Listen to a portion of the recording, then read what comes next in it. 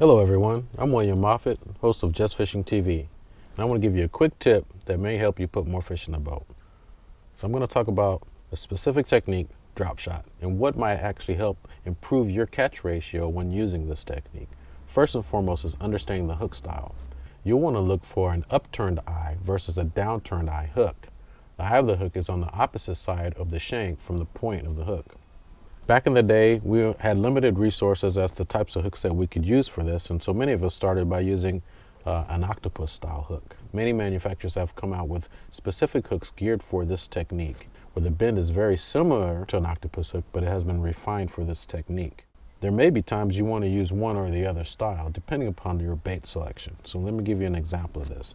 If I'm fishing a Cinco, I may need a little more gap between the shank of the hook and the point of the hook, because the bait that I'm going to rig on this hook is a lot thicker, and I want to make sure I get good hook penetration.